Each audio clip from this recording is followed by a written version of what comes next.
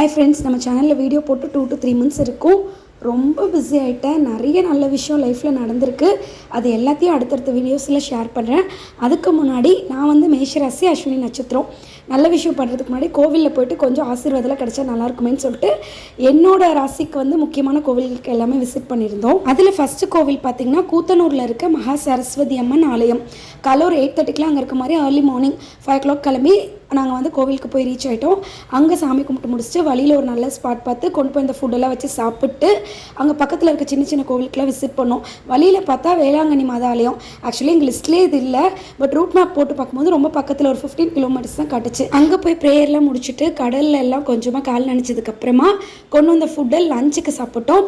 பக்கத்தில் இருக்க சின்ன சின்ன கோவில்களுக்கெல்லாம் போயிருந்தோம். வழியில் வந்து பார்த்திங்கன்னா புதன் பகவான் கோவில் போகிறது தான் பிளானு. ஆனால் அதுக்கு முன்னாடி திருக்கடையூர் கிராஸ் பண்ணி தான் அங்கே போக வேண்டியதாக இருந்தது. எப்படி அந்த கோவிலை விட முடியும்? 60ஆம் கல்யாணம் பண்ணுறவங்களாம் இந்த கோவிலுக்கு தான் மெயினாக வருவாங்க இல்லையா? கண்டிப்பாக நான் போயே தருவேன். அடம் பிடிச்சி 5:30 மணிக்கு நட சாத்தத்துக்குள்ளே அங்கே போயிட்டேன். அதனால் வந்து பார்த்திங்கன்னா புதன் பகவான் கோவில் போகிறதுக்கு ரொம்ப லேட் ஆகிடுச்சு. இந்த கோவில் வந்து மேஷராசிக்காரங்களுக்கு மட்டும் இல்லை, எல்லா ராசிக்காரங்களுக்குமே ரொம்ப ரொம்ப விசேஷமான கோவில். இங்கே வந்து 17 விளக்கு, அதாவது மூலிகை விளக்கு வந்து அங்கேயே விற்பாங்க. அதை போட்டுட்டு ருத்ரபாதம் ஒன்று இருக்கும்.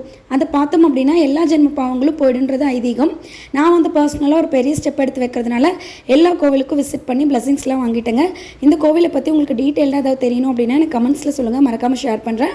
உங்களுக்கும் டைம் கிடச்சிது அப்படின்னா நல்லா ஒரு வீக் டேஸில் போய்ட்டு ரிலாக்ஸாக சாமி பார்த்துட்டு வாங்க.